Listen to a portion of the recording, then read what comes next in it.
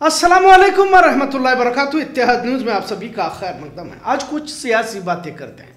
सभी जानते हैं कि कर्नाटक में कांग्रेस की हुकूमत है और ये भी उतना ही अहम है कि कांग्रेस को सत्ता की कुर्सी तक ले जाने में मुसलमानों का ही अहम किरदार रहा है। पर सवाल ये भी उठता है कि क्या कांग्रेस की हुकूमत में मुसलमानों के हुकूक मिल भी रहे हैं या नहीं, या सिर्फ मुसलमान एक वोट बैंक बनकर रह गया है। हमेशा से भाजपा या हिंदुत्ववादियों की जानिब से इल्जाम लगाया जाता रहा है कि कांग्रेस मुसलमानों की हिमायत बनकर काम करती रहती है, पर हकीकत में देखा जाए तो महज एक इल्जाम ही कहा जा सकता है, क्योंकि भाजपा हो या कांग्रेस, मुसलमान तो महज तराजू के दो पर्दों की तरह कभी इधर कभी उधर झुकता तो है, लेकिन मुसलमान कभी भाजपा को कभी वोट नहीं देता। पहले जेडीएस को लेकर कभी वोट जेडीएस कभी कांग्रेस, इस तरह एक तरह का बैलेंस देखा जाता था। पर जब से जेडीएस भाजपा से इश्क लड़ाने लगी है तो मुसलमानों ने जेडीएस को छोड़कर एक तरफा कांग्रेस को ही वोट दिया है। आज मौजूद इसी बात पर है कि क्या कर्नाटक में कांग्रेस मुसलमानों की मजबूरी है या फिर जरूरत, क्योंकि चुनाव से पहले जिस तेजी से और जोश के साथ मुसलमानों को माइल करने के लिए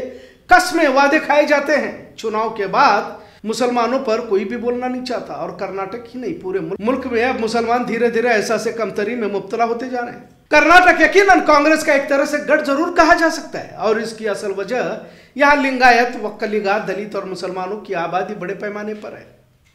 वैसे देखा जाए तो दलितों की तादाद काफी है, लेकिन वो भी मुसलमानों की तरह पिछली कतार में खड़े हैं। दलित और मुसलमानों की आबादी बड़े पैमाने पर है, जिसका असर भाजपा को अपनी जगह बनाने में मुश्किल जरूर आती रहती है। पर अब मुस्लिम मुखालिफ माहौल का वसी दायरा हिंदुत्व के लिए आसानियां भी पैदा कर रहा है। अब हिंदुत्व से मुराद ही मुस्लिम मुखालिफत है, ये भी अलग से बोलने की जरूरत नहीं है। अब जब भी हिंदुत्व की बात निकलती है तो मुसलमानों के खिलाफ ही बयानबाजी होती रहती है। सियासत का शॉर्टकट मुस्लिम मुखालिफ बयानात से ही हासिल होता है, और बहुत सारे सियासी लीडरों को इसका फायदा भी हुआ है। यतनाड़ जिसे भाजपा से बाहर किया गया, मुसलमानों के खिलाफ बयानबाजी करके भाजपा में फिर से जगह बनाने की कोशिश कर रहा है, और मुसलमानों के खिलाफ बयान एक आसान रास्ता है। खैर, पर मुसलमानों का सियासी मुस्तकबिल क्या, यह सवाल जितना छोटा लगता है उतना ही गहरा है। क्या फिर से कांग्रेस कर्नाटक में हुकूमत पर रहेगी या फिर भाजपा आएगी?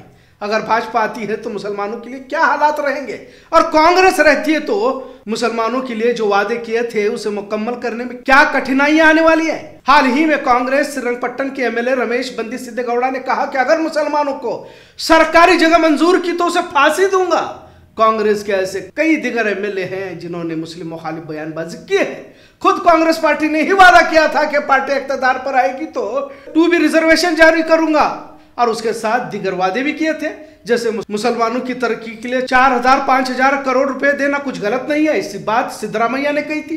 टिप्पू सुल्तान की यौम पैदाइश के दिन छुट्टी जो पहले ही कांग्रेस की जानिब से जारी की जा चुकी थी, लेकिन भाजपा ने इन्हीं वादों पर मुस्लिम हिमायत होने का इल्जाम लगाकर कांग्रेस को मुसलमानों की पार्टी कहना शुरू किया।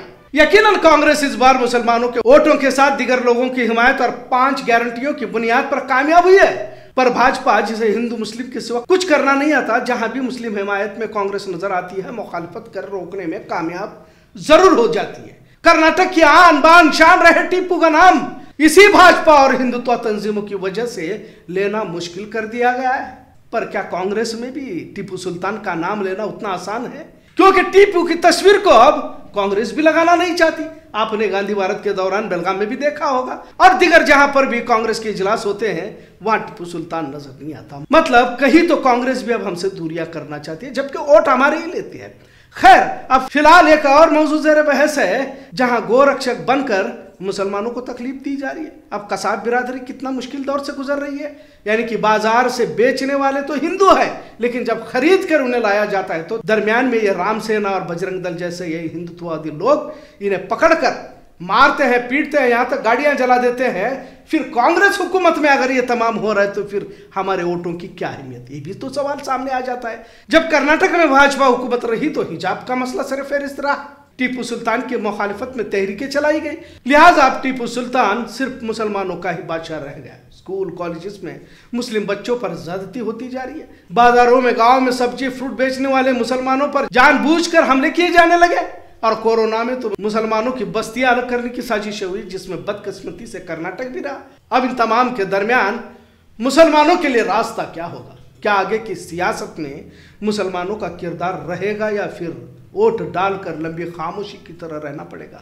कुछ लोग मुस्लिम पार्टियों को बतर विकल्प इख्तियार करने का मशवरा दे रहे हैं, पर क्या यह भी इतना आसान है?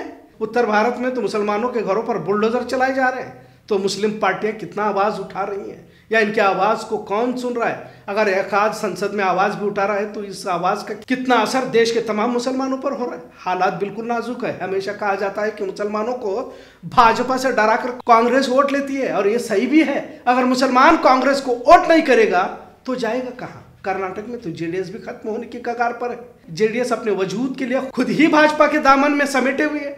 दीनी रहनुमाओं में दूरअंदेशी की कमी रही है, ये भी उतना ही सच है। मुसलमानों को आजादी के बाद से कयामत तक कांग्रेस ही का दामन थामने की तरगीब दी गई। अगर दूरअंदेशी के साथ किसी मुस्लिम पार्टी या फिर इन्हीं सेक्युलर पार्टियों के साथ कुछ मुआहदे किए होते, हालात जो फिलहाल रूनुमा हुए हैं नहीं होते। पर अब सांप निकल गया है, लकीर पीटने से कुछ फायदा होने वाला नहीं है। मजहबी तंजीमें भी खामोश है, मदरसों पर ही अब नकील कसी जा रही है। हजारों मदरसे अब बंद हो चुके हैं। माहौल खराब करने के लिए मस्जिदों के नीचे मंदिर तलाशने की मुहिम चलाई जा रही है। अब तो मैसूर के टीपू सुल्तान की मस्जिद आला के नीचे भी शिव मंदिर का दावा कर कहानियां सुनाई जा रही है। वोट चोरी के मामले भी सामने आ रहे हैं। अदालतें भी अब सत्ता के हक में फैसले दे रही है। ईवीएम के जरिए भाजपा जीत रही के दावे बार बार किए जा रहे हैं, और इन तमाम मामलात का असर किसी और को हो या ना हो, पर मुसलमानों पर जरूर पड़ रहा है। और मुसलमान इन तमाम मामलात में कहां खड़ा है और वो क्या कर सकता है? ऐसे वक्त में सियासत में हिस्सेदारी होगी या नहीं का सवाल अब आन खड़ा है। बेवजह मुसलमानों के हक में बोलकर मसला खड़ा करने वाले भी माहिरीन मौजूद हैं। अगर मुस्लिम नौजवानों की बात कही तो इनके पास कोई मौकूफ है नहीं, सिर्फ जोश में गैर जरूरी कामों को अंजाम देते देखा जा रहा है। मुसलमानों में सियासी कयादत कमजोरी नहीं बल्कि न के बराबर है।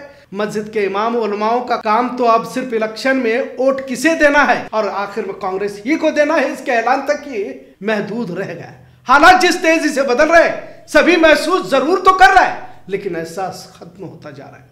अक्सर मोहल्ले के जिम्मेदार तंजीमें इदारों का काम मेडिकल कैंप तक महदूद होकर रह गया है। सियासी समाजी बेदारी पर खामोशी बरती जा रही है। अगर कांग्रेस नहीं तो किसको? यह सवाल आज भी उसी जगह पर खड़ा है। मुस्लिम पार्टियों को तो मुसलमानों की ही हिमायत हासिल नहीं हो रही, इसके लिए भी वो पार्टियां खुद ही जिम्मेदार कहा जाए तो गलत न होगा। जबकि हिंदुत्व के नाम पर भाजपा दीगर पार्टियों को भी अपने साथ जोड़ने में कामयाब हो रही है। सिर्फ कर्नाटक नहीं, पूरे मुल्क की सतह पर यह माहौल देखने को मिल रहा है। अगर कोई विकल्प नहीं है तो सेक्युलर पार्टियों से एक वक्त मुकर्रर तक मुआहदे क्यों नहीं किए जाते? आखिर भाजपा या संघ हम पर कहां तक जुल्म करने वाले हैं? कहीं से तो शुरुआत जरूरी है, पर यह भी उतना ही सच है कि मुसलमान जुल्म सहना तो पसंद करता है, पर जुल्म के खिलाफ आवाज उठाना अब इसके बस की बात नहीं रही। फिर आप इसके लिए इस दौर के इल्मी माहिरीन को ही जिम्मेदार ठहराए तो गलत ना होगा। बात सख्त लग सकती है, लेकिन हकीकत है हालात बहुत तेजी से बदल रहे हैं। अक्सर मुस्लिम तबका अपने जाती मसाइल में मुलविस है। जुमा की नमाज भी मुसलमान रस्मी अदा करते हुए देखा जाता है। मुसलमान जमातों के खेल से बाहर आने को तैयार नहीं है। मुत्तहिद होकर इत्तेहाद के साथ मुकाबला करने की बात किसी भी मस्जिद से अब तक तो सुनी नहीं जा रही। लिहाजा सियासी मैदान में मुसलमान कहां खड़ा है इसे खुद पता नहीं। कांग्रेस अगर सिर्फ इस्तेमाल कर रही है तो फिर इसके लिए रास्ता क्या है वो भी तो बताया जाए। विकल्प क्या है इसका भी जवाब नहीं है। मुस्लिम पार्टियां खुद ही अपना वजूद बचा ले काफी है। इन तमाम के दरमियान कांग्रेस को मजबूरी समझी जाए या फिर जरूरत, इसका भी फैसला मुसलमानों को खुद ही करना होगा। और इन तमाम के लिए बेदारी एहसास की जरूरत है, और फिलहाल तो इसका फुकदान या इसकी कमी नजर आ रही है, ये भी उतना ही सचेत न जरूर। आज का मौजू कैसा लगा इस पर जरूर कमेंट करें। इत्तेहाद देखने के लिए शुक्रिया। अल्लाह हाफिज।